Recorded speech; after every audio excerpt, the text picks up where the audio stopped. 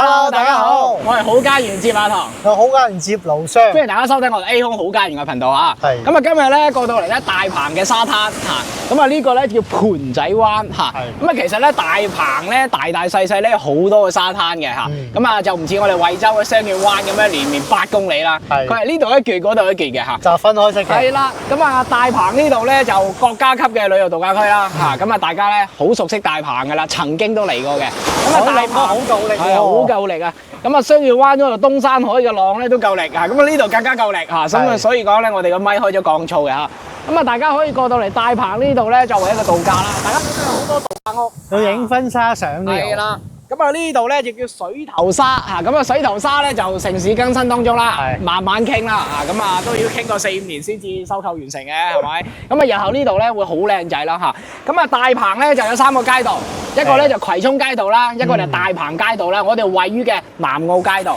咁啊南澳街道咧就水頭沙呢個位置嚇。咁啊水頭沙呢度咧即將會搞一個南澳口岸碼頭。即係意思講呢度咧會恢復翻呢一個香港嘅航運線路，以後咧喺水頭沙呢個位置咧就可以咧搭船直接翻去3個香港嘅碼頭嘅位置嚇。係啦，咁啊個鏡頭其實望到㗎啦嚇。咁啊個鏡頭咧簡單同大家介紹翻啦嚇。咁啊呢嚿嘢咧已經係差唔多做好咗㗎啦嚇。咁啊政府投資咗5.7幾個億嚇。咁啊依家咧年底就可以咧全面驗收嚇，準備咧明年應該1月初2月份啊可以開㗎啦嚇。不如咁樣啦嚇，今日咧就帶咗無人飛機嚟嘅，咁啊直接咧飛過去同大家介紹下啦嚇。咁啊因為咧直接過到去施工現場咧唔俾入嘅，咁啊直接咧無人飛機咧直接飛過去。拍俾大家去睇翻嚇，咁啊當然啦，我哋做咗功課嘅嚇，咁啊同大家介紹翻呢等嘢咁樣啦嚇。好，咁啊我哋咧就直接嚇個機咧就直接咧去到呢一個咧南澳口岸碼頭，俾大家睇清楚嘅形狀同埋建設嘅呢一個進度狀態咁樣啦嚇。咁啊我都做咗少少功課嘅，同大家介紹翻嚇。咁啊呢個深圳大鵬南澳口岸碼頭咧係呢個深圳市嚇東進戰略嚇同埋呢一個咧14-5口岸發展規劃中嘅呢一個重點工程啊。咁啊從個鏡頭大家睇到啦，我哋慢慢推進，俾大家睇睇個周邊嘅環境先嚇。咁啊呢個咧重點工程咧就旨在提升呢一個咧大鵬新區嘅交通嚇連通性同埋咧旅遊嘅吸引力嚇。咁啊下面咧我將幾個方面咁樣為大家咧詳細介紹翻呢個備受關注嘅呢一個新地標啦嚇。咁其實咧好靚仔啊嚇，起好咗咧好多人過嚟打卡啦嚇，同埋過嚟沙灘玩啊嘅咁樣嘅嚇。好，咁啊呢個深圳大鵬南澳口岸碼頭咧就係呢一個深港海上交通嘅新嘅樞紐嚇。咁啊亦即係話咧到時唔使去到蛇口嘅郵輪母港嚇，喺呢度都可以坐船返香港咁樣嘅意思啊。好，咁啊呢個項目嘅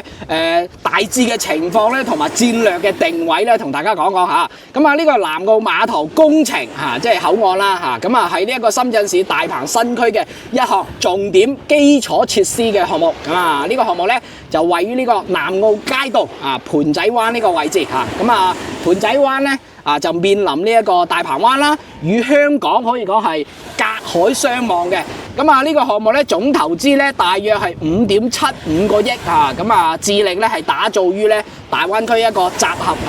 客運啦、旅遊啦、商業於一體嘅呢一個現代化海上嘅交通樞紐。咁啊呢個項目建設完成開放開通之後咧，將會顯著改善呢一個大鵬半島嘅交通嘅條件啦嚇。咁啊最主要咧呢個碼頭咧都係為咗當地嘅居民啦同埋遊客提供咧更加之便捷舒適嘅呢個出行嘅選擇嚇。咁啊同時咧都係為咗加快建設呢一個世界級濱海旅遊目的地嚇，即係大鵬呢個度假區啦嚇，提供咗有力嘅支撐嚇咁樣嘅。咁啊鏡頭睇到啦嚇，今日個天氣都好嚇，碧海藍天嚇，非常之正嚇。咁啊呢度交通亦都非常好啦嚇，大鵬咧即將嚟地鐵線咧都會通過嚟呢個位置，目前係到咗葵涌嗰度已經係通咗噶啦嚇。好，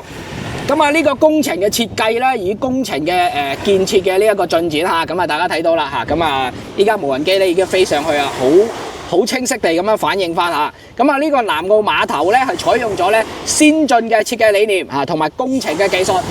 咁啊碼頭嘅結構咧，大家睇到好清楚啦嚇。咁啊新建嘅直立式嘅公共碼頭咧，個泊位個長度咧有200米嘅嚇。咁啊採用式咧係離岸式嘅呢個佈局啊。咁啊通過咧125米嘅呢一個線橋咧，與後方嘅陸域相連嘅咁樣嘅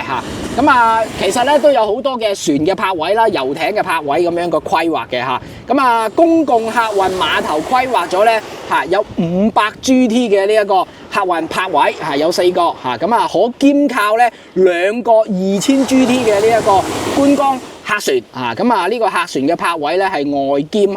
兼顧呢一個臨時嘅補給泊位嘅咁啊，我哋翻個鏡頭睇到呢一座大樓啦咁啊，口岸大樓咧與設施嘅配套咧，同大家講講咁啊，陸域區域咧就係呢一個岸邊啦。咁啊，呢座咧口岸大樓咧，佢係具備咧傳統嘅口岸嘅檢驗嘅功能。咁啊，仲融合咗咧辦公啦、商業啦同埋文化等多種嘅功能性嘅咁啊，呢個大樓嘅設計咧非常之現代啦咁啊，外觀咧好似一艘咧遊輪咁樣嘅。咁啊，有望咧成為咧大鵬新區嘅新嘅地標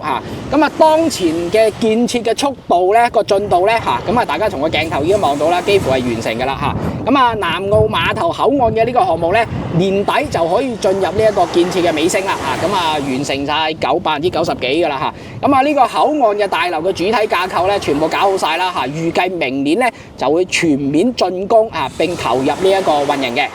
咁啊，航線嘅規劃同大家講講航線嘅規劃與交通嘅連接咧咁啊，項目咧建成咗之後咧，計劃開通多條通往呢一個海上嘅航線咁啊，形成咗咧豐富嘅航線嘅網絡啦咁啊，跨境航線都係有嘅。咁啊，恢復翻深港海上航線，咁啊新增至香港馬料水碼頭啦、西貢遊艇碼頭啦，同埋港澳碼頭嘅直達嘅路線直達咁啊，仲有咧特色嘅旅遊航線都會開通嘅。規劃開通國際遊艇航線咁啊，港澳都市航線、生態康養航線、免稅購物航線等多樣化海上旅遊線路咁啊，現有嘅碼頭咧，咁啊大鵬依家咧現有嘅咧就係有一個南澳嘅月亮灣商用碼頭，呢個係開咗噶啦咁啊，呢個碼頭咧，商用碼頭係位於咧深圳市大鵬新區嘅南澳街道海港路嗰個位置，咁啊係深圳咧重要嘅呢一個東部重要嘅海上客運碼頭嚟嘅，開咗噶啦亦都係咧深圳東部唯一嘅海上交通嘅航線。咁啊，呢條線咧就最主要係觀光嘅功能嘅啫咁啊，航線咧大概1個鐘嘅呢一個船程咁啊，每日咧有9個往返嘅班次，咁啊服務時間咧就早上9點鐘至到下晝6點鐘咁樣咁啊，途中咧就可以欣賞到咧大小梅沙啦、玫瑰海岸啦南澳嘅月亮灣啦呢幾個重點嘅旅遊基地嘅呢一個景觀係可以望到嘅，咁同埋咧香港東平洲島嘅沿岸嘅風景咧，其實都買到嘅咁啊，購票嘅方式咧可以通過微信嘅小程序啦，鵬星匯在線購票咁啊，單程咧就80蚊，咁啊經常咧都有活動嘅60蚊優惠價，咁啊老人咧同兒童咧都有半價嘅優惠咁啊兒童咧都免費啦免票優惠啦咁啊周邊嘅旅遊咧，大鵬呢度咧我都同大家介紹翻咁啊，周邊大鵬嘅旅遊咧，與配套嘅設施咧，講講啦咁啊，南澳碼頭呢一個新嘅碼頭咧，周邊係匯聚咗咧大鵬半島最優質嘅旅遊嘅資源啦咁啊，最重點都係為咗遊客提供豐富嘅遊玩嘅選擇咁啊，海灘咧以自然嘅呢個景觀咧咁啊係非常靚噶啦咁啊，大鵬呢度咧擁有咧南澳正潔沙灘咁啊，呢條沙灘咧仲未開發嘅，係一個野沙灘嚟嘅，咁啊海水係特別清啦咁啊呢個位置咧就適合咧浮潛啦，同埋趕海咁樣嘅。咁啊仲有一個咧就南澳嘅西涌1號沙灘咁啊呢個沙咧就非常之幼嘅，海水咧都特別藍咁啊呢度咧可以望到咧就非常之靚嘅海景啦比較壯闊啲咁樣意思咁啊仲有一個咧就係有金灣沙灘咁啊呢度咧就網上嘅遊客嘅評論係非常之高嘅咁啊評分去到5.0係非常之優質咁啊呢個位置咧大家都可以過嚟大鵬玩呢一個沙灘，仲有楊梅坑咁啊個個都聽過楊梅坑噶啦咁啊楊梅坑咧就被稱為咧深圳最美嘅溪谷咁啊係好多人咧喺呢度咧就拍攝嗰啲咧婚紗攝影嘅熱門嘅地點咁樣咁啊仲有咧娛樂嘅設施海上嘅活動咁啊呢度咧就同西澳灣、惠州啲差唔多噶啦，就有尾波衝浪啦、帆船啦、遊艇啦、出海釣魚啦等等沙地摩托車等等嘅咁啊美食呢度咧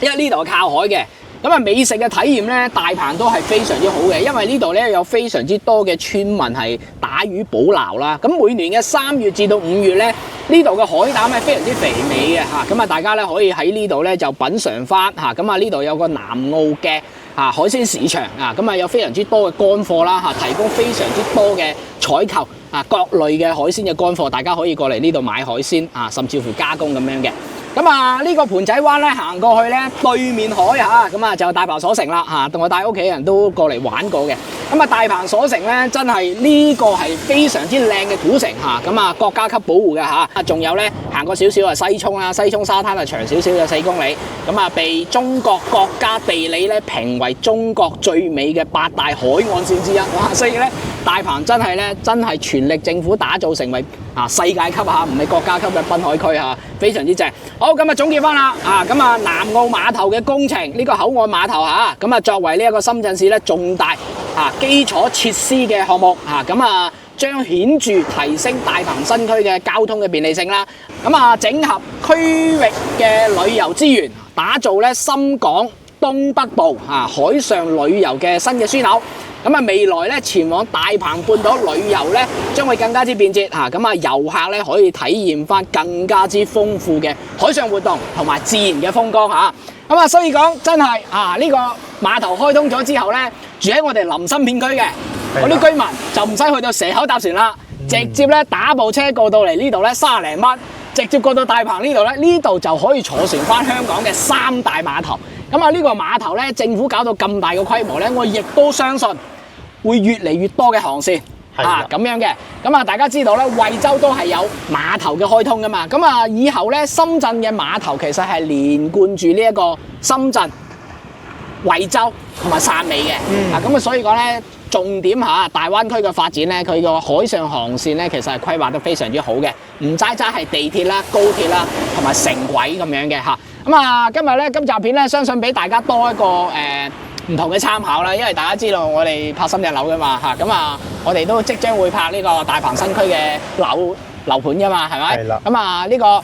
深圳市全市嘅樓盤，我哋全部拍晒俾大家嚇。咁啊，我哋覺得呢一嚿嘢咧就比較重要啲嘅嚇，因為有一個交通多一個選擇啦，因為我哋做咧香港客生意啊嘛，香港人好中意坐船噶嘛，咁樣嘅嚇。好，咁啊歡迎大家，係啦，歡迎大家咧自己過嚟咧實地睇一睇啦，實地喺呢度沙灘呢度玩一玩啦，咁啊食下海鮮咁樣嘅嚇。咁啊今集到呢度，我哋下期再見，拜拜。拜拜。